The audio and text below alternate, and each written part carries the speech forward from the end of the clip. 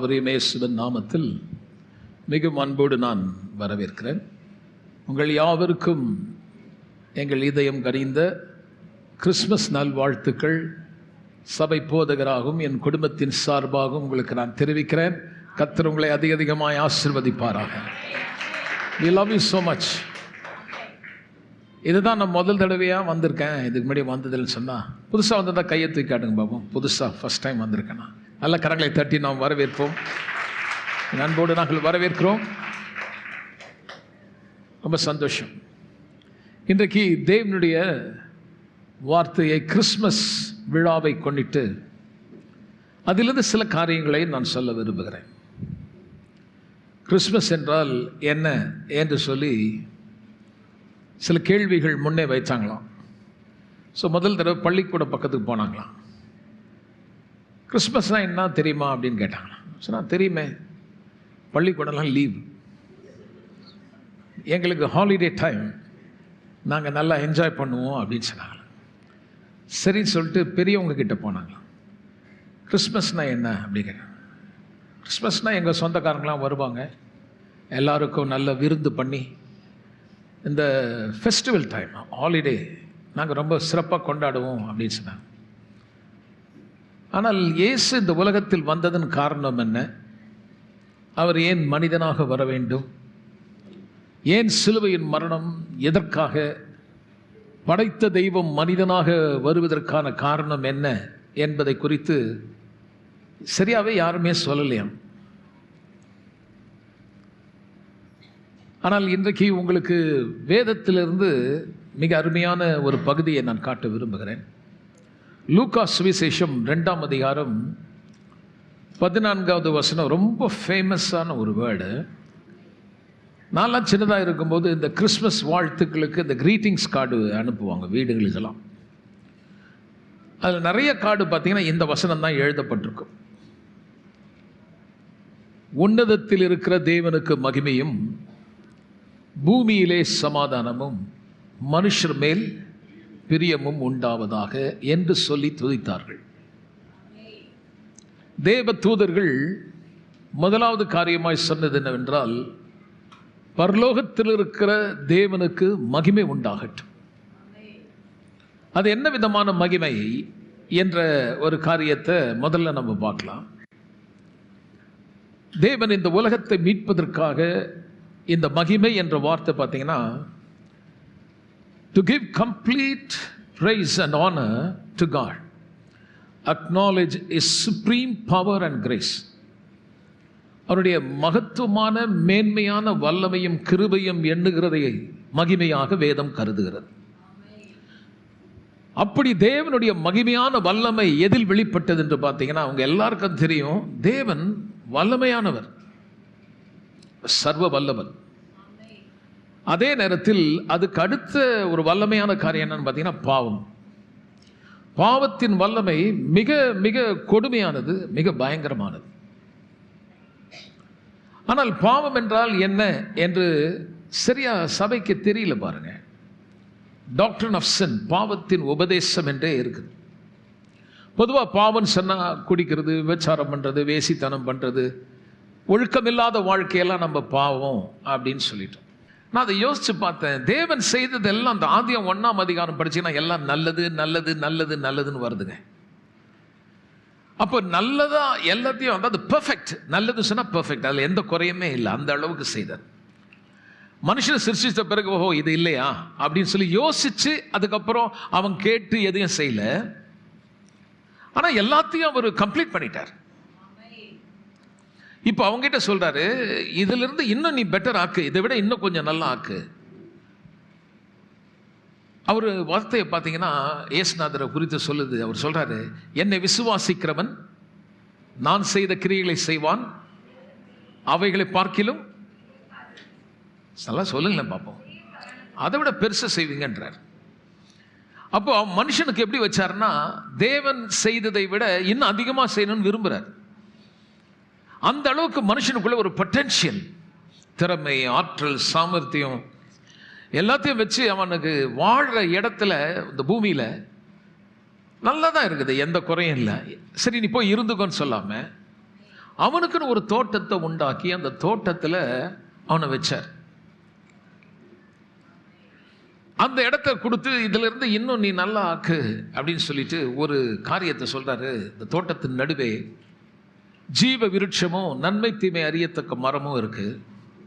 கர்த்தர் சொல்றாரு, இந்த தோட்டத்தில் எல்லா கனியும் நீ புசிக்கலாம், ஆனால் இந்த நன்மை தீமை அறியத்தக்க இந்த கனியை புசிக்கும் நாளில் நீ சாகவே அப்படின்னு சொல்றாரு. ஆனா நடந்த சம்பவம் உங்க எல்லாருக்கும் தெரியும். அவன் அந்த வார்த்தையை நிராகரித்து அவனே தன்னுடைய மனதின் தீர்மானத்தின்படி முதல் மனுஷர்கள் தங்கள் மாம்சமும் மனதும் விரும்பினபடி தேவ சித்தத்தை நிராகரித்து அவர்கள் தங்கள் விருப்பத்தை செய்த பொழுதுதான் தேவனுக்கும் மனுஷனுக்கும் பிரிவு உண்டாச்சு. பாருங்க, அதுதான் மரணம்னு சொல்லுது. பொதுவாக இந்த உலகத்தில் மரணம்னா ஒரு ஆள் செத்து விழுறது சொல்றோம்ல, அது இந்த சரீரத்தை விட்டு ஆவியை பிரியறது தான். ஆனால் வேதம் என்ன சொல்லுதுன்னா, முதல் மரணம் என்னன்னா தேவனை விட்டு பிரிஞ்சோம் பாருங்க, அதுதான் மரணம். ஒரு ஆள் செத்துட்டாருன்னா அதுக்கப்புறம் அவரோட தொடர்பு இல்லை பாருங்க. நம்மள அவங்களோட பேச முடியாது, உறவு கொள்ள முடியாது, அவங்களுக்கு புரியாது, ஏன்னா அவங்க செத்துட்டாங்க. அதுபோல தேவனை விட்டு பிரிந்ததுனால தேவனோட பேச முடியல, பார்க்க முடியல, நமக்கு அவருக்கு எந்த உறவும் இல்லாமல் ஆயிடுச்சு. இப்படிப்பட்ட நிலைமை உண்டான உடனே முதல் எஃபெக்ட் பாருங்க, இந்த பாவத்தினுடைய எஃபெக்ட். அந்த பூமியில ஏற்கனவே சிருஷ்டித்த பொண்ணு இருக்குது, வெள்ளி இருக்குது, வைரம் இருக்குது, ஒயிட் கோல்டு இருக்குது, மனுஷனுக்கு தேவையான எல்லா விதமான பழம் மரங்கள் எல்லாமே இருக்குதுங்க. எதுவுமே கடவுள் எடுக்கல. ஆனா அவனால் அங்க என்ஜாய் பண்ண முடியல. அங்கிருந்து ஓடி ஒளியறதுக்கு பார்க்குறான். காரணம் என்னவென்றால் தான் நிர்வாணின்னு பார்த்து அந்த நிர்வாணத்தை மூடுறதுக்கு அந்த தோட்டத்தில் இருக்கிற அத்தி இலை எடுத்து தனக்குன்னு ஒரு உடையை தைச்சு போட்டுக்கிட்டான். முதல் காரியம் நான் உங்களுக்கு சொல்றேன், ஒரு பெர்ஃபெக்ட், ஒரு பூரண வாழ்வு எங்க இருக்குன்னு பார்த்தீங்கன்னா மனுஷனுக்கும் தேவனுக்கும் உள்ள உறவுங்க. நீங்க இந்த உலகத்தில் எவ்வளோ பணம் சம்பாதிச்சாலும் அந்த பணம் உங்களுக்கு உண்மையான செக்யூரிட்டி தராது, பாதுகாப்பை தராது. ஒருவேளை இப்போ உங்கள் கையில் கொஞ்சம் பணம் வந்தவுடனே உங்களுக்கு சமாதானமே இருக்காது பாருங்க, பயமாயிடும். என்ன பண்ணலாம், எப்படி பாதுகாக்கலாம், அதை எந்த இடத்துல வச்சு பூட்டலாம். பதவி வரும்போது பாருங்க, பதவி இல்லாத போது ஒரு மாதிரி இருக்கிறாங்க, பதவியை வந்த பிறகு அவங்கள சுற்றி பாதுகாப்பு கொடுக்க வேண்டியதாக இருக்குது. ஏன்னா பயமாக இருக்குது, எவன் என்ன பண்ணுவான்னு தெரியாது. இந்த உலகத்தில் எதுவுமே உங்களுக்கு பூரணமான படிப்பினாலேயோ அல்லது உங்களுடைய பணத்தினாலேயோ உறவுகளினாலோ ஒரு பூரணமான வாழ்வு கிடையாது. பொதுவாக கோயில் வரும்பொழுதெல்லாம் ஜனங்க என்ன நினைச்சு வராங்கன்னா, ஏன் எங்கள் வீட்டில் ரொம்ப கஷ்டமா இருக்கு, எங்களுக்கு பணம் இல்லை, என் உடம்புல வியாதி, நான் நல்லா வாழ முடியல, அந்த கோயிலுக்கு வந்தால் அந்த ஆண்டவன் எனக்கு ஏதாவது நல்லது செய்வாரா அப்படின்னு நினச்சிட்டு வராங்க. இந்த நல்வாழ்வு எங்கே தொடங்குதுன்னு பார்த்தீங்கன்னா மனுஷனுக்கும் தேவனுக்கு கூடிய உறவு இணைக்கப்படணும். இந்த உறவு துண்டிக்கப்பட்டபடினால முதல் காரியம் நீங்கள் படிச்சீங்கன்னா தேவன் அங்கே என்ன செய்தார்னா, மனுஷன் தப்பு பண்ணவன அவனை தண்டிக்கல, அவனை சாகடிக்கல, அவனுக்கு ஒரு உடையை எடுத்து போடுறார். முதல் காரியம் என்னன்னா, அந்த உடை எப்படி செய்தார்னா, ஒரு மிருகம் கொல்லப்பட்டு அந்த மிருகத்தினுடைய தோலை எடுத்து போட்டாராம். அது என்ன சொல்லுதுன்னா, ரத்தம் சிந்துதல் இல்லாமல் பாவத்தில் மன்னிப்பு வராதுன்றார். எங்க பணம் சம்பாதிக்கணும், எப்படியாவது வேலைக்கு போய் பணத்தை சம்பாதிச்சிடலாம். உடம்பு சரியில்லைன்னு வச்சுங்களேன், எத்தனையோ மருத்துவமனைகள் இருக்கு, அங்கே போனோம்னா டாக்டர்ஸ் இருக்காங்க, உங்களுக்கு சுகம் கிடைச்சிரும். கண்டிப்பாக ஏதாவது ஒரு இடத்துல சுகம் கிடைக்கும். நீங்க எங்க வேணா சுத்தி தீரீங்க, உங்களுக்கு ரட்சிப்புன்றது கிடைக்கவே கிடைக்காது. இது பேதுரு சொல்றாரு, பொன்னினாலும் அல்ல வெள்ளினாலும் அல்ல, உங்கள் முன்னோர்கள் பாரம்பரியமா காலகாலமா செய்து வந்த அனுசரித்து வந்த சம்பிரதாயத்தினால அல்ல, மனுஷனுக்கும் தேவனுக்கும் ஏற்பட்ட இந்த உறவை துண்டிக்க செய்த அந்த பாவத்தினுடைய கொடுமையை எடுத்து போடும்படி தேவனுடைய மகிமை, அதுதான் சொல்ல உன்னதத்தில் இருக்கிற தேவனுக்கு மகிமை உண்டாக்குன்னு சொல்லும்போது, இந்த மகிமையை தேவன் ஒரு வல்லமையான காரியத்தை செய்து இந்த மனுஷனை பாவ பிடியிலிருந்து விடுதலை கொடுப்பதற்காக அவர் இந்த உலகத்தில் திடீர்னு ஒரு பானத்திலிருந்து ஒரு மனுஷனா வந்து விழல, மனு அவதாரம் சொன்னா.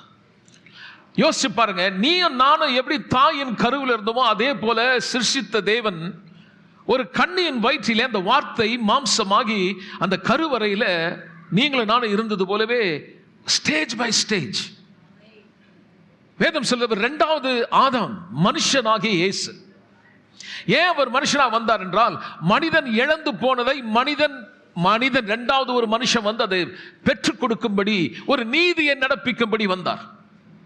அந்த மகிமையை குறித்து இப்படி சொல்லுது பாருங்க. இயேசு பிறக்கும் பொழுது தூதர்கள் சொல்கிறார், உன்னதத்தில் தேவனுக்கு மகிமை உண்டாகட்டும். இது ஏற்கனவே முன்னறிவிக்கப்பட்டது பாருங்க. இந்த மகிமைன்னு சொல்லும் போது பல முறை வேதத்தில் நீங்க அந்த மகிமையை குறித்து பார்க்கலாம். அது பார்த்தீங்கன்னா, சீனாய் மலையில தேவனுடைய மகிமை தங்கி இருந்ததுங்க. யாருமே கிட்ட போக முடியல. ஒரு மிருகம் கூட அந்த மலை மேல தொட்டுச்சுன்னா அந்த மிருகம் செத்துரும். தேவனுடைய பரிசுத்தமான ஸ்தலம் ஒன்று இருந்ததுங்க. அது பார்த்தீங்கன்னா வேதம் சொல்லுது மகா பரிசுத்த ஸ்தலம். அது உள்ள யாருமே போக முடியாது. அது உள்ள ஒரு குறிப்பிட்ட ஒரே ஒரு ஆசாரியம், ஒரு சாமியார் தான் உள்ள போக முடியும். எல்லாரும் போயிட முடியாது. அது போகும்போதெல்லாம் ஒரு பயம், ஒரு நடுக்கம். எவனாவது ஒருத்தன் அந்த மனுஷன் பாவத்தோடு உள்ள போனா அவன் செத்துருவான். அதுக்காக ஜனங்களுடைய பாவத்துக்காகவும் தன்னுடைய பாவத்துக்காகவும் ஒரு மிருகத்தை கொன்று கடாருடைய சாம்பலை எடுத்து தெளிச்சு, தண்ணியை தெளிச்சு தன்னை சுத்திகரித்து கொண்டு உள்ள போவான். அதாவது ஒட்டுமொத்தமா நீங்க படிச்சு பார்த்தீங்கன்னா மகிமை என்பது பயங்கரமா இருந்தது. அது உள்ள பிரவேசிக்க முடியாதபடி ஜனங்களுக்குள்ளே ஒரு நடுக்கம் இருந்தது. உடன்படிக்கை பெட்டின்னு ஒன்று கர்த்தர் செய்து அவங்களை செய்ய சொன்னார். அந்த பெட்டியில ஒன்றும் கிடையாது பாருங்க. இந்த 10 கட்டளையும் 6 தளித்த கோலம் சமூக தப்பங்கள் தான் இருந்தது.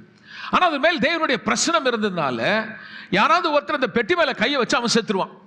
அதாவது என்ன சொல்லுதுன்னா, மகிமை மனுஷன் கிட்ட வர முடியல. காரணம் என்றால் பாவம் இந்த தேவனுடைய மகிமைக்கு முன்பாய் இவனை நிற்க முடியாதபடி பண்ணிடுச்சு. ஆகவே மனிதன் மகிமை இழந்தவனாய், அவனுடைய சுபாவங்கள் மாறினதாய், வாழ்க்கையில நிறைய துன்பங்கள் வர தொடங்குச்சு பாருங்க. இந்த தேவனுடைய வார்த்தையை நிராகரிச்சபடினால அங்க ஏற்பட்ட காரியம், மனுஷனுக்கு தேவனுக்கு பிரிவு உண்டானவனே இந்த பூமி சபிக்கப்பட்டுச்சு. இந்த சாபத்தால குடும்பத்தில் பிரச்சனை, வாழ்க்கையில கஷ்டம், வியாதி, இப்படி மனுஷன் ஒவ்வொருடைய வாழ்க்கையில ஏராளமான துன்பங்கள். இப்ப நம்ம எப்படி அப்ரோச் பண்றோம்னா, எது துன்பமோ அது தீரணும், என் வியாதி தீரணும், என் கஷ்டம் மாறணும், துன்பம் மாறணும்னு நினைக்கிறாங்களே ஒழிய, வேதம் சொல்லுது நான் வந்தது உனக்கு வியாதியும் துன்பத்தை கொடுக்கிறது மட்டும் இல்ல, துன்பத்தை விடுதலை ஆக்க மட்டுமல்ல, உனக்கு நான் ஒரு பெர்ஃபெக்ட் பரிபூர்ணமான ஒரு வாழ்வு, உனக்கும் எனக்கும் ஒரு உறவை ஏற்படுத்தும்படி வந்தேன்னு சொல்றார். இந்த மகிமையை குறித்து நீங்க பாத்தீங்கன்னா வேதம் நிறைய காரியம் சொல்லுதுங்க. இந்த மகிமை இது எவ்வளவு ஒரு ரட்சிப்பு. இந்த ரட்சிப்பை பெறதுக்கு தேவன் அந்த மகிமையை, சுப்ரீம் பவர் எப்படி அதை பயன்படுத்தினாரு அதை பார்க்கும்போது தேவதூதர் சொல்றாங்க, உன்னதத்திற்கு தேவனுக்கு ஒரு பாவியான மனுஷனை மீட்பதற்கு தேவன் தமது முழு வல்லமையை அங்கே பயன்படுத்துகிறார். தேவ தூதர்களை பற்றி நிறைய பேருக்கு தெரியுமான்னு தெரியாது. எனக்கு வேதத்தில் இருக்கிறத நான் சொல்றேன். பரலோகத்தில் தேவன் துதிகள் மத்தியில் அசைவாடுகிற தேவன், ஏராளமான கோடான கோடி தூதர்கள். அதுல பிரதானமா ஒரு பெரிய தூதன் தான் கேப்ரியல். இன்னொரு தூதன் பேர் பார்த்தீங்கன்னா லூசிஃபர். அந்த லூசிஃபர் என்ற தேவ தூதனை பார்த்தீங்கன்னா அவனை பார்க்கவே முடியாது பாருங்க. உடம்பு முழுவதும் அவனுடைய அமைப்பே வைரம், வைடூரியம், இப்படி பார்க்க முடியாது. அப்படி நகைகளாக அலங்கரிக்கப்பட்ட ஒரு தூதன். And it was so beautiful. எல்லா இசைக்கருவியும் அவங்கள இருந்து தான். வேதம் பாருங்க அவனை பத்தி எப்படி சொல்லு. இப்போ அவனுக்கு உள்ள யோசிச்சான், நம்ம என்னத்துக்கு இந்த தங்க சிங்கானத்தில் அவர் உட்கார்ற இடத்துல உட்காரலான்னு யோசிச்சான். அப்போ அவன் கீழே தள்ளப்படும் பொழுது வேதம் சொல்லுது, தன் வாளினாலே 3 தூதனை பிடிச்சி கீழே இழுத்துட்டானா. இது பாருங்க, இந்த பேய் இன்னைக்கும் அதே ஆவி அதே விதமாக தான் வேலை செய்யும். இப்போ ஒரு அரசியல் கூட்டம் இருக்குன்னு வைங்க, ஒரு ஆள் பிரிஞ்சு போனா அவர் வண்டி போக மாட்டார், பார்த்துருக்கீங்களா? அவர் கூட ஒரு கூட்டத்தை இழுத்துட்டு போயிடுவார். அதே மாதிரி கோயிலில் யாராவது ஒருத்தர் சபையை விட்டு போகும்போது அவர் தனியாக போக மாட்டார். அவர் என்ன பண்றாரு தெரியாத மாதிரி உட்காந்துருக்காங்க பார், ஒரு கூட்டத்தை இழுத்துட்டு போயிடுவான். இது பார்த்தீங்கன்னா இந்த பிசாசின் ஆவி எப்படிப்பட்டதுன்னா, ஒருங்கிணைந்து ஒரு மனமா இருக்கிறது அவனுக்கு பிடிக்காது. இப்படிப்பட்ட நிலையில கர்த்தர் மீட்பை குறித்து விழுந்து போன இந்த மனுஷன், இவங்க தேவதூதர் பார்க்கறாங்க, இந்த மனுஷன் நம்ம செய்த பாவத்தை செய்திருக்கிறான், கண்டிப்பா இவன் தண்டிக்கப்படுவான் பார்த்தா தண்டிக்கப்படல. ஆனா இப்ப இவனை மீட்பதற்கு அவன் தூதனை அனுப்புறார், போய் சொல்லு, உன்னதத்தில் தேவனுக்கு மகிமை உண்டாகட்டும், பூமியிலே சமாதானம். அவர் சொல்றாரு, இவர் பெரிய பிரிவு, எனக்கும் அவனுக்கும் மனுக்குலத்துக்கும் இருந்த பகை, பாவத்தின் பகை. மனுஷன் மேல அவருக்கு பகை கிடையாது. நல்லா கவனிங்க, பாவத்தின் மேல் பகை.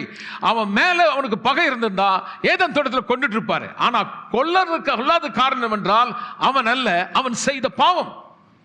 எந்த பாவம் பிரித்து போட்டதோ அந்த பாவத்தை எடுத்து போடும்படி இந்த உலகத்தில் வந்த காரணம் என்னவென்றால், உன்னையும் என்னையும் அவரை போல மாற்றும்படி.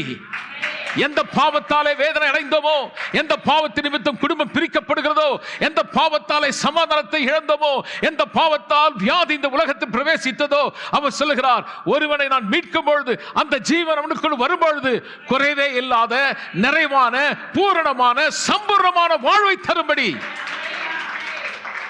இயேசு இந்த உலகத்தில் வந்தது to give a super abundant living. இந்த பகையை எடுத்து போடுறதுக்கு எப்படி பகையை எடுத்து போட்டான்னு பார்க்கலாம். ரோமர் 5ஆம் அதிகாரம், ரோமர் 5ஆம் அதிகாரம் 1வது வசனத்தை நம்ம எடுத்துக்கலாங்க. ரோமர் 5ஆம் அதிகாரம் 1வது வசனம்.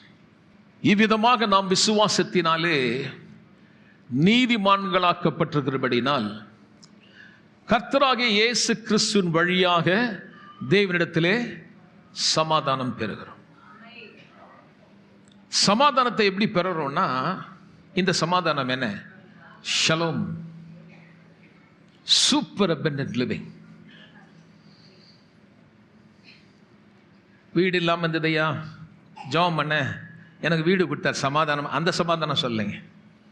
ரொம்ப நாள் என் பிள்ளை கல்யாணம் ஆகுமா நினச்சி பார்த்தேன், நல்ல வேலை கல்யாணம் ஆயிடுச்சு, இப்போ சமாதானமாக அந்த சமாதானம் இல்லை. இது தேவனிடத்திலிருந்து வருகிற சமாதானம். உனக்கும் தேவனுக்கும் இருந்த பகையை எடுத்து போடும்படி நீங்களும் நானும் விசுவாசிக்க வேண்டிய ஒன்று இருக்குதான். அந்த விசுவாசத்தில் வரக்கூடிய ஒரு நீதி, அந்த விசுவாசத்தில் வர வேண்டிய நீதினா என்ன நடந்ததுன்னு பாருங்க. வேதம் சொல்லுது, அதே அதிகாரம் 12வது வசனத்தில் பார்த்தீங்கன்னா, ஒரே மனுஷனாலே பாவமும் பாவத்தினாலே மரணமும் உலகத்தில் பிரவேசித்துதான்.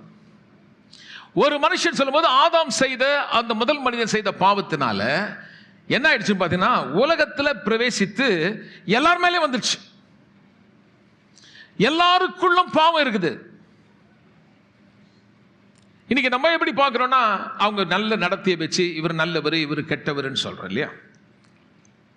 ஆனால் வேதம் அப்படி டிஸ்கிரிமினேட் பண்ணல, அப்படி பிரிக்கல. பொதுவாக எல்லாரையும் எப்படி பார்க்குதுன்னா, வேதம் பாவிகள்னு பார்க்குது.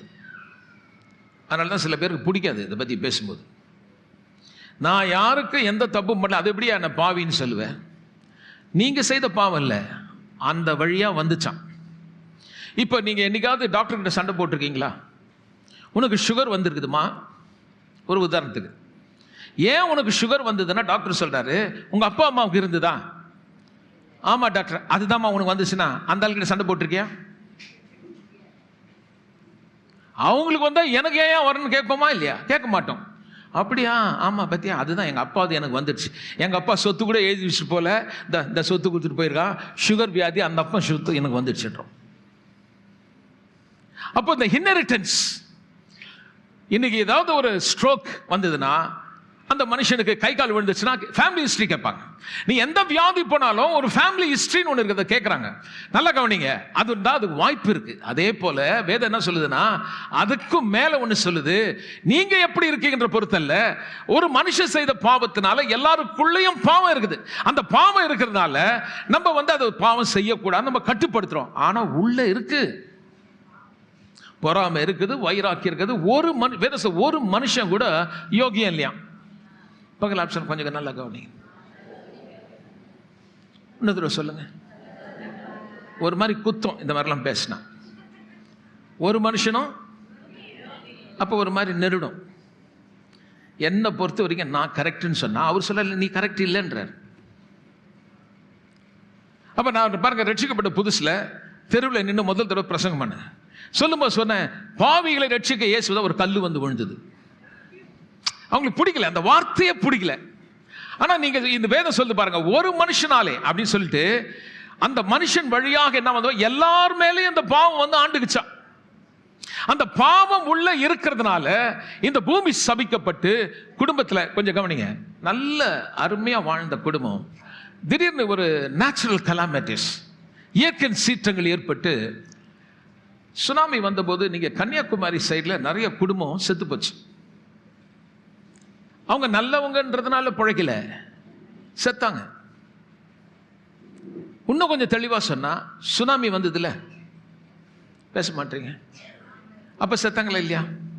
சரி, கொரோனா வந்ததில்ல, கொரோனா வரும்போது நல்லவங்க வண்டி விட்டுட்டு கேட்டவங்களை சாவடிச்சுதா? பாஸ்டரும் செத்தாங்க. எல்லாரும் அப்படியே யோசிக்கிறாங்க, என்னடா சொல்றாரு? வியாதி, சாபம், தீமை எல்லார் மேலேயும் வருது. ஆனா இப்ப வேதம் என்ன சொல்லுதுன்னா, இப்படி ஒருவன் வழியாக வந்தது மீறுதல் பலன்.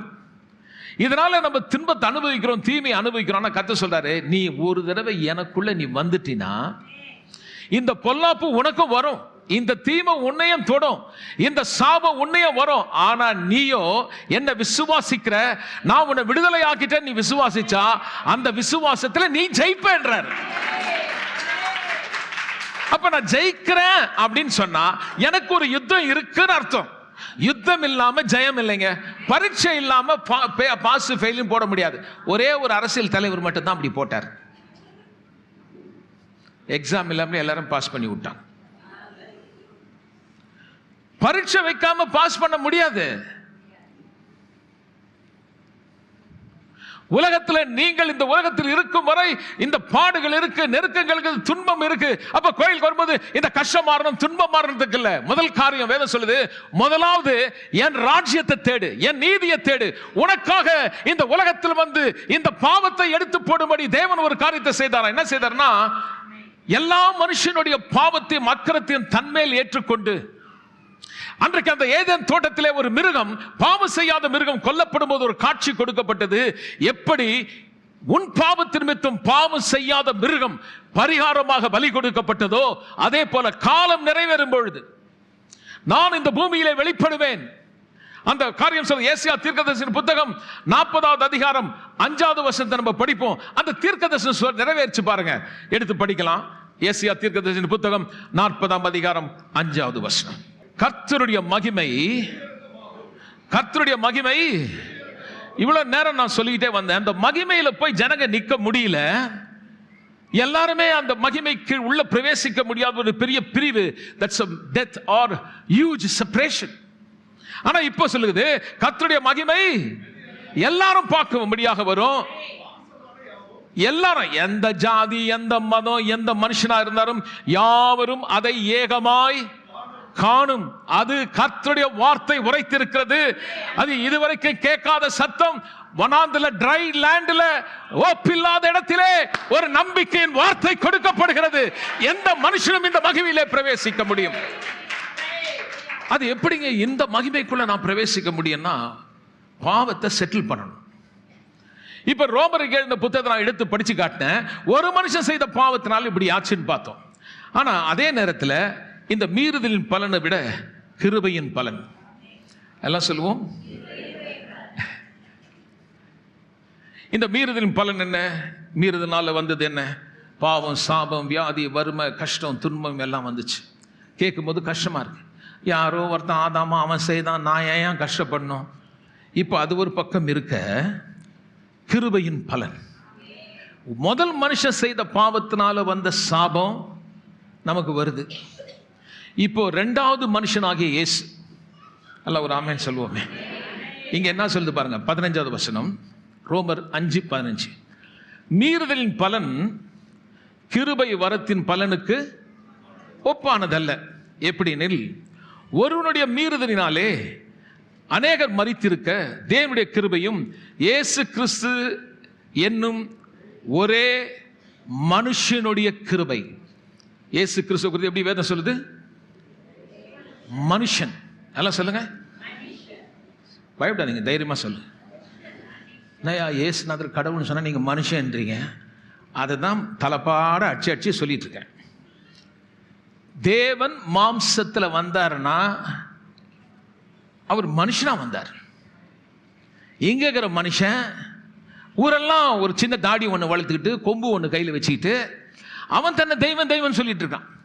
அவர் இந்த உலகத்தில் அவர் தன்னை அது கொள்ளையாடின பொருளா நினைக்கலையாம், அது கேட்கலையாம். உதாரணத்துக்கு சொல்றேன் பாருங்க. இப்ப தமிழ்நாட்டில் நம்ம முதல்வர் இருக்கிறார். போற இடலாம் முதல்வர் நான் முதல்வர் நான் முதல்வர் சொல்வாரா? ஆனா டூப்ளிகேட் எப்படி போடுவாங்கன்னா, வருங்கால சின்னதா போட்டு முதல்வரே. இப்ப புரியுது பாரு.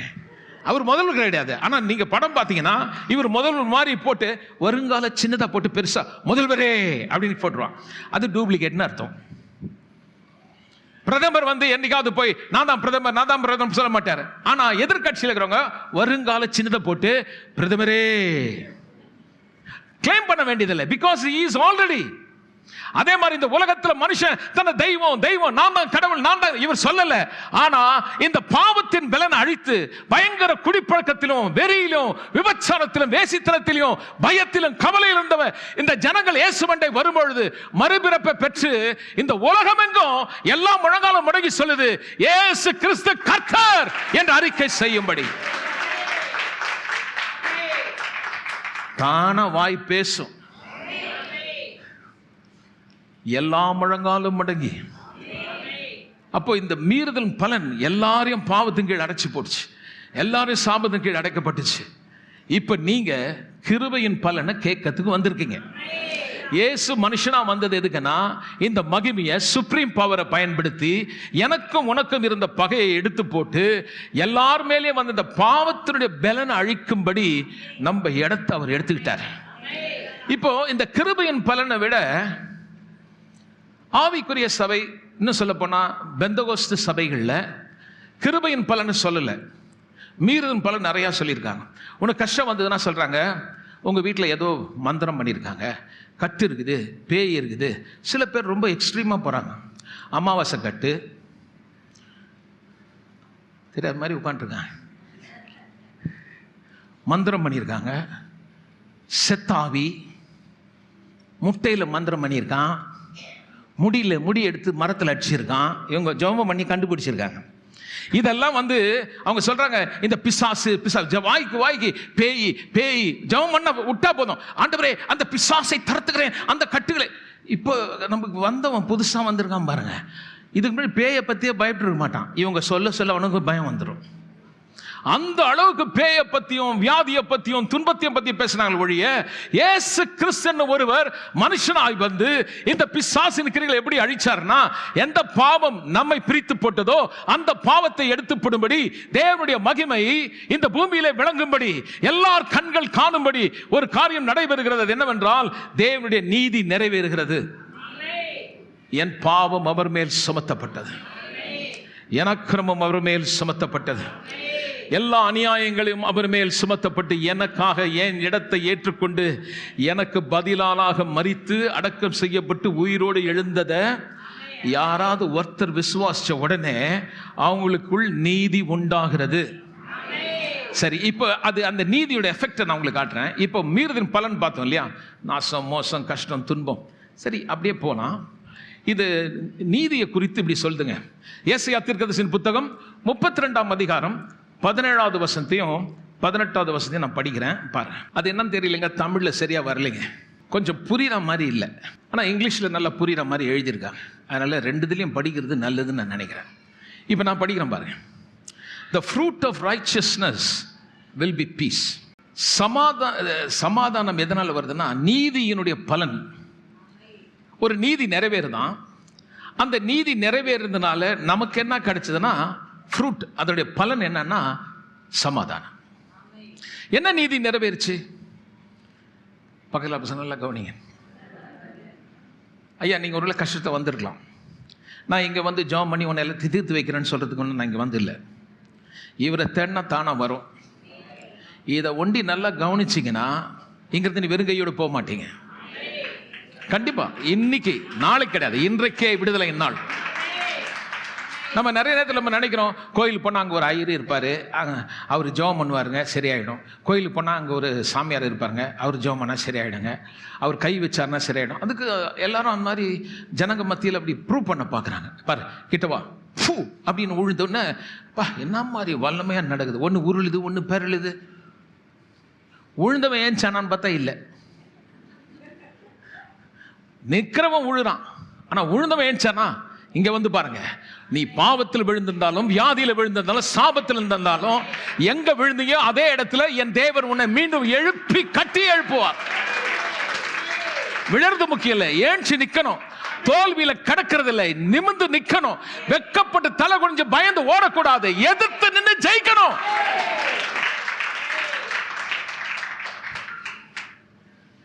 இப்போ சொல்றது fruit of righteousness will be peace. அப்ப நீதியினுடைய பலன் என்ன? நீதி, என் அக்கிரமம் என் பாவம் முதல் மனுஷன் அவன் வழியா வந்துடுச்சு.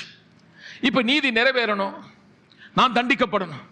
இப்போ எனக்கு பதிலா என் தேவன் மனு அவதாரம் எடுத்து மகிமையான சுப்ரீம் பவர், வல்லமையான ஒரு காரியத்தை செய்யறாரு. அசுத்தமே இல்லாத ஒரு பரிசுத்தமான ஒரு தேவன். உலக மக்கள் எல்லா பாவமும் அவர் மேல சுமத்தப்படுகிறது.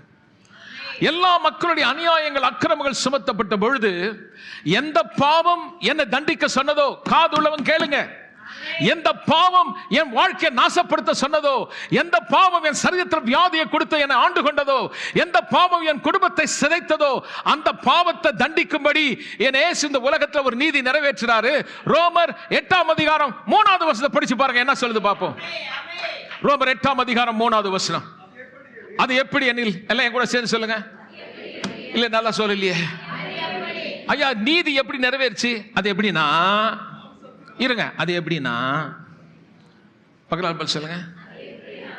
நம்ம நீதியை நிறைவேறதுக்கு நம்ம முடிய வெட்டிக்கிறோம். ஆண்டவரே, கடவுளே, என் மேல கோபமா இருக்காத, நான் வேணா என் முடிய கொடுத்துறேன். ஒரு அம்மா சொல்லிச்சு, ஆண்டவரே ரொம்ப கோபமா இருக்க, என் தாலி செயினை கொடுத்துறேன். ஆண்டவரே ரொம்ப கோபமா இருக்கியா, என் மேல தண்டிச்சிடாத, உனக்கு நகையை கொடுத்துறேன், 1000 பேருக்கு சோறு போடுறேன், அது மேல ஏறுறேன், இது மேல கத்த சொல்ல, உந்து எதுவுமே வேணாம். பக்கத்தில் சொல்லு, இன்னும் திரும்ப பார்த்து சொல்லு. இல்லை ஆண்டவரே, நான் போய் 4 பேர்கிட்ட பிச்சை எடுத்து அந்த சோறாக்கி சாப்பிட்றேன். ஆண்டவரே வேணாம். மடிப்பிச்சை எடுக்கிறேன். ஆண்டவரே, என் பிள்ளையே இல்லை, மடிப்பிச்சை எடுத்துட்டு வரேன், இவன் பிறந்துட்டானா பிச்சை பேர் வச்சிடறேன். ஐயா, உங்ககிட்ட தான் பேசிட்டு இருக்கேன். வாழ்க்கையில துன்பம் படும்போது சில நேரத்தில் நம்ம என்னென்னமோ செய்யறோம், இறங்கி வரும். எவ்வளவு இறங்கணும், நல்ல வசதியா இருக்கணும், 4 பேர் மத்தியில அசிங்கமா நம்மளை உட உடுத்திக்கிட்டு என்னென்னமோ பண்ணி இறங்கி வந்தோமே. நீ இறங்கி வந்ததுனால உனக்கு ரட்சி போறாது, உன்னை உண்டாக்குன தேவன் இறங்கி வந்தார் தெரியுமா? ஐயா, உங்களுக்கு தெரியுமா? உன்னை சிருஷ்டித்த தேவன் எவ்வளவு இறங்கினார் தெரியுமா?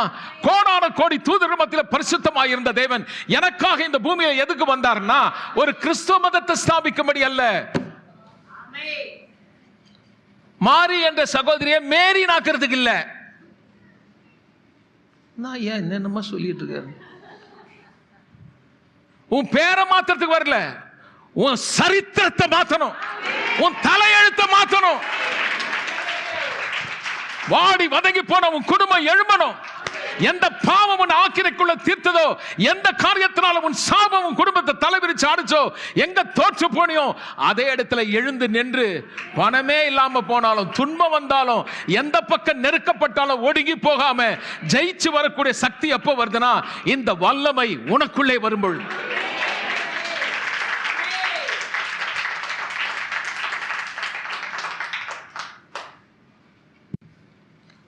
உன்னை அழைத்த தேவன் உண்மை உள்ளவர்.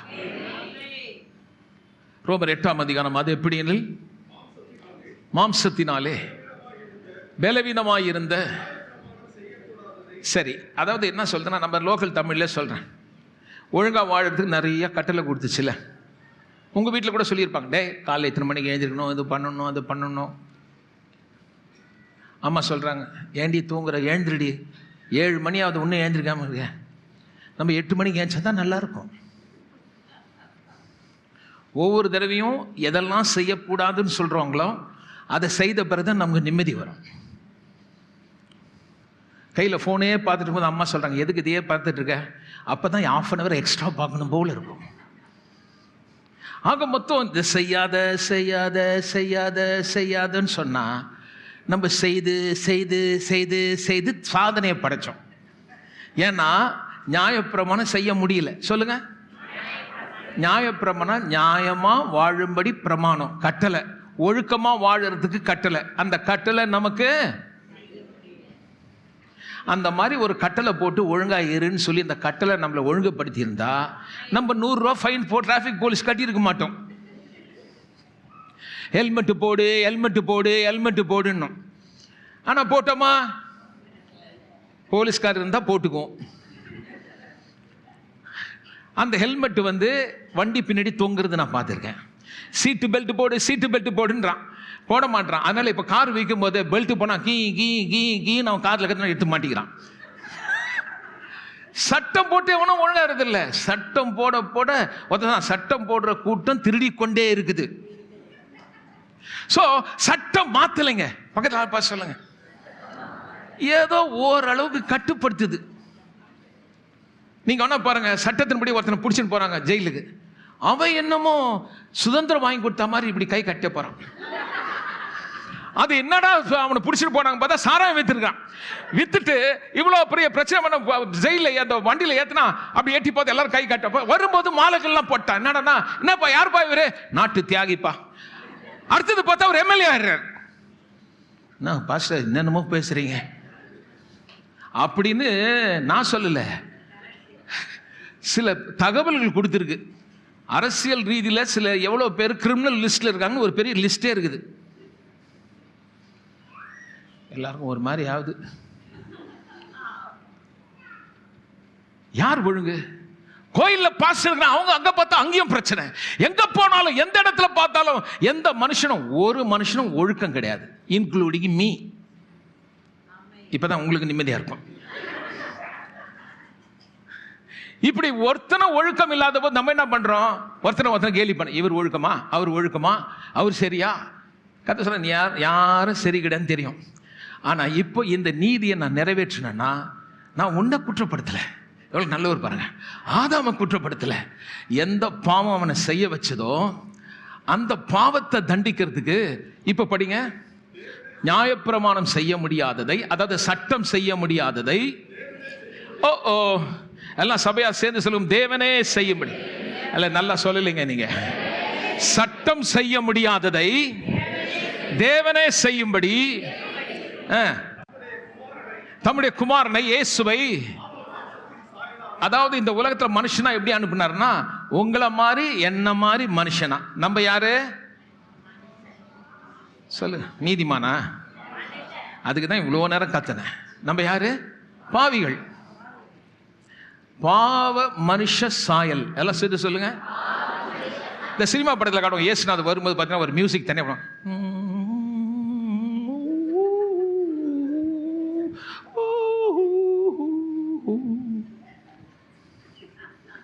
அப்புறம் தலையில் பார்த்தீங்கன்னா ஒரு லைட் அடிக்கிற மாதிரி காட்டுவான். அப்படிலாம் கிடையாது. நீ எப்படி உட்காந்துருக்கீங்க? உங்களை மாதிரியே சொல்லுங்க. நம்மள மாதிரியே, அடையாளம் தெரியல, ஒரு கடவுள் மாதிரியே இல்லை, ஒரு மனுஷனாக, மனுஷனோடு மனுஷனாக பாவ மனுஷ சாயலாகி, என்னங்க ஐயா, என்னம்மா சொல்லுங்க சொல்லுங்க. ஒரு பலி பாவத்தை போக்குறதுக்கு ஆதாமுக்கு ஒரு மிருகம் பலி கொடுக்கப்பட்டது. ஆனால் உனக்காக பரலோகத்திலே உன்னதமான மகிமையிலே தங்கி இருந்த தேவன் தமது மகிமையை தேவ வல்லமையோடு வெளிப்படுத்துகிறார். அவர் என்ன செய்தார்? பாவ மனுஷ சாயலானது காரணம் என்றால் பாவத்தை போக்கும் பலியாக, படிங்க, அவருடைய சரீரத்திலே பாவத்தை தண்டித்தார். இயேசுவின் சரீரத்திலே பாவத்தை தண்டித்தார். திரும்ப சொல்லுகிறேன், இயேசுவின் சரீரத்திலே. அதுதான் அந்த சிலுவை. சிலுவையில் இயேசு அடிச்சு தொடுக்கப்பட்டத ஒருத்தர் சொல்றார், ஐயோ பாவம், இவர் தான் கடவுளா? அவர் பாரியா, அவர் பாரியா, எப்படி கிறுக்கு, அது உன் பாவம். அவர் அப்படி தொங்குறாருன்னு சொல்லி சிரிக்கிறியே, உன் பாவம் அங்கே தண்டிக்கப்பட்டது. ஒரு மிருகம் தண்டிக்கப்படல. உன் கர்மம் மாற, உன் பாவம் நீங்க. ஒரு மிருகம் அல்ல, படைத்த தெய்வம் உனக்காய் அடித்து நொறுக்கப்பட்டார். come on, நல்லா கரங்களை தட்டி தேவனை துதி. இருங்களேன், இப்படிலாம் நல்லா கை தட்டியா. worship him, worship him, worship him. Worship him. அவர் அந்த தண்டனையை ஏற்றுக்கொண்டதுனால இப்ப வேதம் சொல்லுது, இனிமேல் நான் உன்னை தண்டிக்க மாட்டேன்ட்டார். ஒரு குற்றத்துக்கு ஒரு தடவை தான் தண்டிப்பாங்க, சும்மா சும்மா தண்டிக்கிறது இல்லை. நீதி நிறைவேறிடுச்சு. சொல்லுங்க. நாங்கள் அதெல்லாம் நம்ப மாட்டோம், நீ இதெல்லாம் சொன்னால் நாங்கள் நம்புவோம்னு நினச்சிக்கினியான்னா உனக்கு நீதி வராது. நீ என்ன வேணா நட, என்ன வேணா பண்ணிக்கோ, உருண்டுக்கோ பிறண்டுக்கோ, எது வேணா செய், உனக்கு தேவன் முன்னாடி நிற்கிறதுக்கு ஒரு நீதி வராது. ஆனால் நான் நம்புகிறேன், நான் விசுவாசிக்கிறேன், என்ன சிருஷ்டித்த தேவ மனுஷனா வந்து அந்த சிலுவையிலே எழுதியிருக்கிறதே, என் பாவம் தண்டிக்கப்பட்டது, மரித்தார், ஆனால் 3ஆம் நாள் உயிரோடு எழுந்தது காரணம் என்னவென்றால் அந்த தண்டனை நிறைவேறினபடினாலே நான் ஆக்கின தீர்ப்பு இல்லை என்று விசுவாசித்தால் the fruit of righteousness will be peace. அவனுக்கு நீதி வருதான். அந்த நீதி எப்படி அவனுக்கு அந்த நீதி வந்து எப்படி தெரியும்னா உனக்கு சமாதானம் வரும், தேவனோடு சமாதானம். அதனால இப்ப நீ எப்படி தெரியுமா கடவுளை கூடுவ? இறைவா, கடவுளே அப்படின்னு கூட மாட்டா, அப்பா. எப்படி கூடுவ? வந்துடும், உனக்கும் அவருக்கும் உறவு வந்துடும். நீங்க மறுபடியும் பிறக்கிறீங்க. ஒரு குழந்தை ஒரு குடும்பத்தில் பிறந்த உடனே அந்த பிறப்புனால அந்த குடும்பத்தில் இருக்கிறதுனா அதுக்கு சொந்தம்.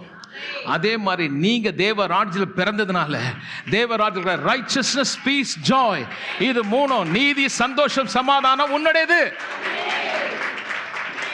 நல்லா கைகளை தட்டிதாம் தேவனை துதிப்போமே. ஆமென். இரண்டாவது, the effect of righteousness. முதல்ல நீதினால சமாதானம் வரும். பாவத்தினுடைய எஃபெக்ட் நமக்கு வியாதி, வறுமை, கஷ்டம், துன்பம், குடும்பத்தில் போராட்டம், நல்லா போயிட்டு திடீர்னு தூய்மைகள் வந்து. ஆனால் இப்போ ரைச்சஸ்னஸ் எஃபெக்ட், நீதினால என்ன எஃபெக்ட்னா குவைட்னஸ் அண்ட் கான்ஃபிடன்ஸ். கொந்தளிக்கும் வீடு, அமைதியாக இருப்ப. ஏன்? பெரிய கான்ஃபிடன்ஸ், ஒரு தைரியம். எல்லாம் சும்மா உன் வீடு பிரச்சனையில் ஓடிட்டு இருக்கோம், வர்றவங்க சும்மா இருக்க மாட்டாங்க. என்னக்கா இப்படி நடக்குது, கொஞ்சம் கூட கவலை இல்லையா? நாங்கள் ஒரு 4 கிலோ எட்டுன்னு வந்துருக்குறோம், இப்படி கவலை இல்லாமல் இருக்கே. ஆனால் அவங்க சொல்லுவாங்க, இந்த நீதி வந்ததுனால அந்த எஃபெக்ட் எப்படி இருக்குன்னா, அது வீட்டில் இவ்வளோ நடந்தோம், முகம் நல்லா இருக்கும். அந்த வீட்டில் இந்த மாதிரி ஒரு சம்பவம் நடந்த மாதிரியே தெரியாது. அவங்க சொல்லுவாங்க, பார்த்தா ஒன்றுமே தெரியலையே. சில பேர் முகம் பாருங்க, ஒரு சின்னது நடக்கட்டும், அது ரட்சிப்பு வந்துருச்சுன்னா கர்த்தருக்குள்ள எப்பவும் சந்தோஷமா இருப்பீங்க. ஒரு சிரிச்ச முகம், சொல்லுங்க. காலையில் எழுந்த உடனே கணவனை பார்க்கும்போது சிரிச்ச முகத்துல, darling I love you, honey I love you, கட்ட வார்த்தை மாதிரி இது பண்ண மாதிரி. புருஷனும் மனைவியும் அன்பா இருப்பாங்க. எழுந்திருக்கும் போது ஒரு சிரிச்ச மகன், என்ன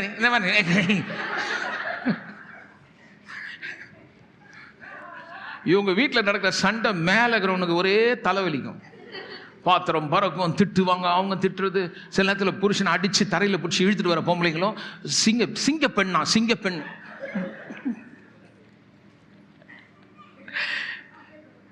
See, that is not the salvation. ஒரு காலத்தில் ரொம்ப சண்டை போட்ட மனைவியா இருக்கும், ரட்சிக்கப்பட்டிருக்கோம் பாருங்க. ரட்சிக்கப்பட்ட புருஷனுக்கு மரியாதை கொடுக்கணும். அதனால என்ன பண்ணுவாங்க, ஜபத்தில் திட்டுவாங்க. ஆண்டவரே ஸ்தோத்திரையா, பாழா போன இந்த மனுஷனை கட்டி வச்ச நாள்லேருந்து ஒரு சமாதானம் இல்லை ஆண்டவரே, அவனை கர்த்தாவே நீங்க தான் பார்க்கணும். இப்போ அவரு போயிடுச்சு, அவனை நீர் எப்படியாவது ஆண்டவரே முன்னாடி அவன் வேண்டாம், தேவ சமூகத்தில் ஜோம் பாயம் பண்ணி பேசாம.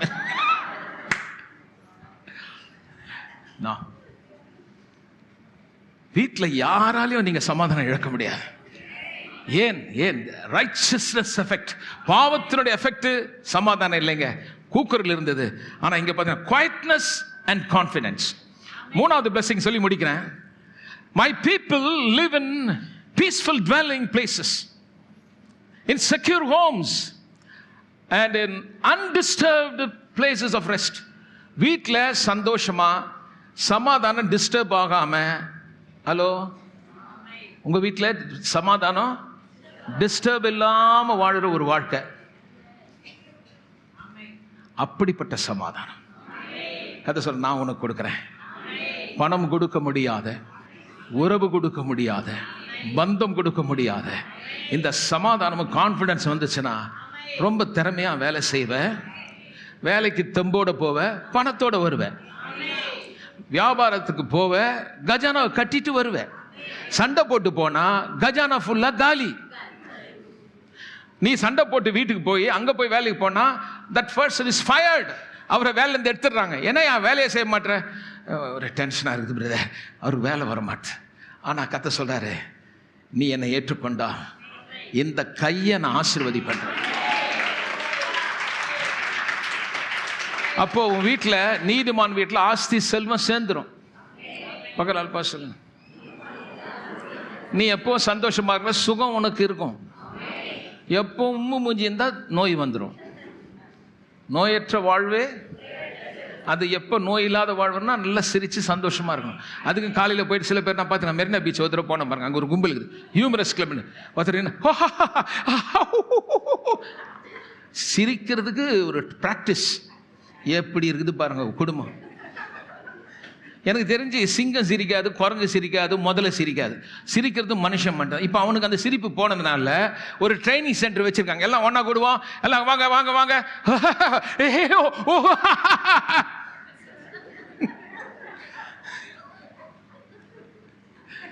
ஏன்டா சிரிக்க மாட்டேன்னா, எங்கேயா சிரிக்கிறது? ராத்திரி ஆனா தூக்கம் இல்லையா, நிம்மதி இல்லையா, பணம் இல்லையா, உடம்பு நீர் சரியில்லை.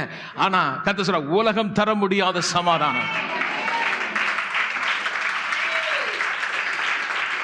This gold and silver and your own relatives will not give this kind of peace.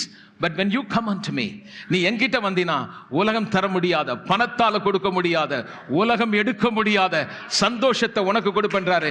இன்னைக்கு யாராவது அவரை உங்க இதயத்தில் ஏற்றுக்கொண்டால், உனக்காக அவர் மரித்து, உனக்காக ரத்தம் சிந்தி, உன்னை மீட்பதற்காக மனுஷனாய் வந்தாரே, இயேசுவே உம்மை குறித்து கேள்விப்பட்டேன், என் உள்ளத்தில் வாரும் என்று சொன்னால், இன்றைக்கு அவர் உள்ளத்திலே வருவார். அவர் உள்ளத்தில் வரும்பொழுது உனக்கு நீதி நிறைவேறும். அந்த நீதியினுடைய எஃபெக்ட், அந்த நீதி உன் வீட்டில் இருக்கிறதுனால உங்க வீட்டில் சமாதானம் இருக்கும். உங்க வீட்டில் எந்த காரியம் உங்களை டிஸ்டர்ப் பண்ண முடியாது. எல்லாம் சொல்லுங்க, எந்த டிஸ்டர்ப் இல்லாம. பரவாயில்ல, இங்கிலீஷ்ல சொல்லுங்க, பரவாயில்ல. எல்லாருக்கும் தெரிஞ்ச இங்கிலீஷ் தான் இது. இல்லை இங்கிலீஷ் இல்லை, அது தமிழ் மாயினாச்சு. யாராவது ஹோட்டலில் போய், ஐயா ஒரு விசேஷமான ஒரு சிறப்பு தோசை கொடுன்னு யாரை கேட்டிருக்கோமா? ஒரு சிறப்பு தோசை. நீங்க போய் நீங்க காலையில் போய் ஹோட்டலில் கேட்டு பாருங்க, ஒரு சிறப்பு தோசை ஒன்று கொடுங்க. அல்ல இல்லைன்னுமா, ஸ்பெஷல் மசா அது இருக்குதியா?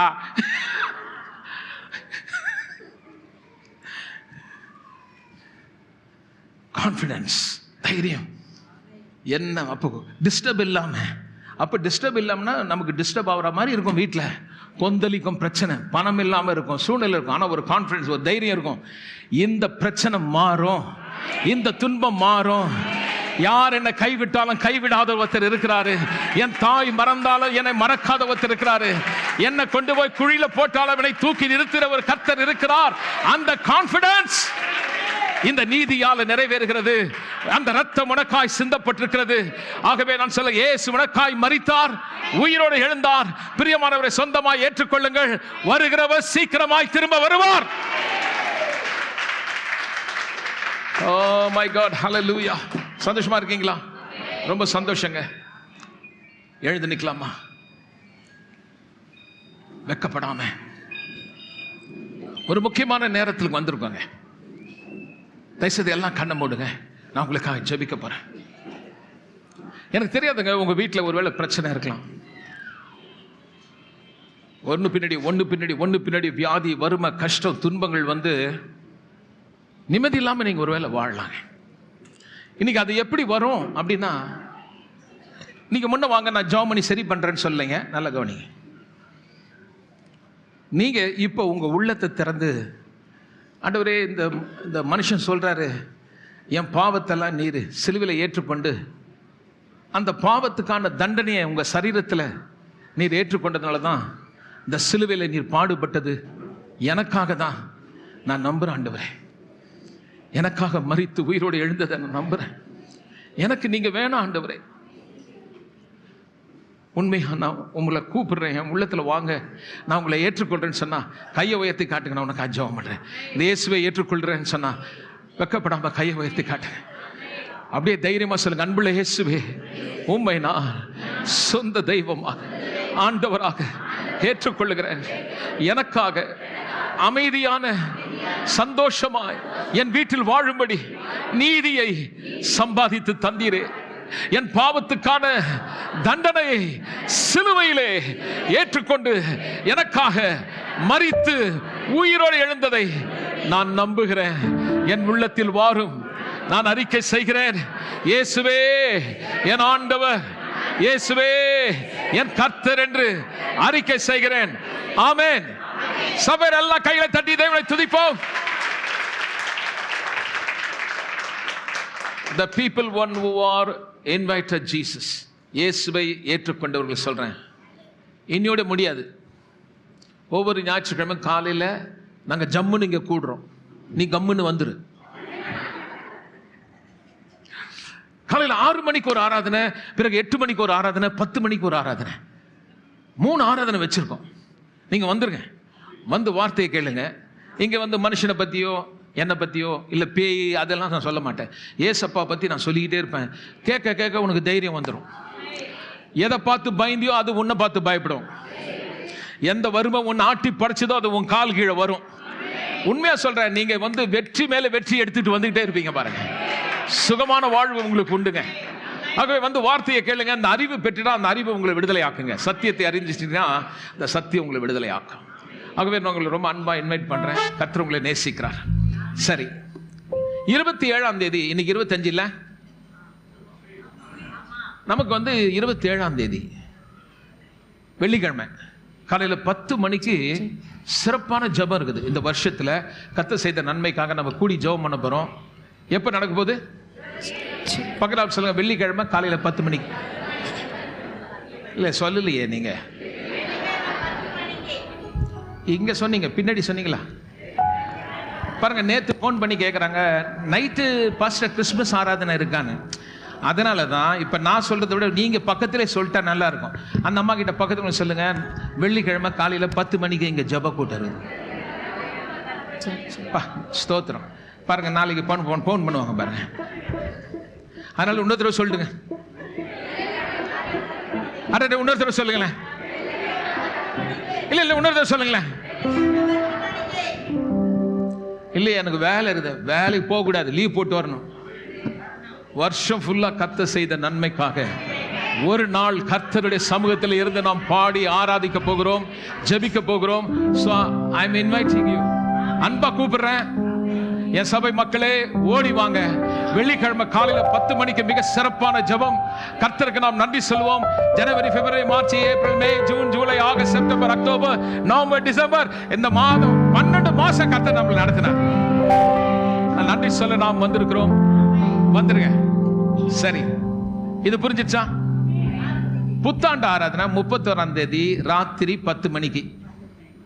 எத்தனை மணிக்கு? எப்போ? ஆமாம், 10 மணிக்கு ஆராதனை இருக்குது. வந்து பங்கு பெறுங்கள். பிரதர் நைட்டு வர முடியாதுனா பரவாயில்ல, காலையில் 8 மணிக்கு இன்னொன்று வச்சுருக்கோம், நீங்கள் 10 மணிக்கே வாங்க. ஓகே, நான் பாஸ்டர் ஏன் 10 மணிக்கு வர சொல்கிறேன்னா, முடிஞ்சால் வாங்க. முடியும், உங்களால் முடியும். பக்கத்தில் சொல்ல, உங்களால் முடியும். இந்த 12 மணிக்கு கால் எடுத்து வைக்கும் போது கர்த்தரை துதிச்சுட்டே வைப்போம். சரியா? அதனால் நீங்கள் பங்கு பெறுங்கள். கர்த்தர் உங்களை ஆசீர்வதிப்பார்.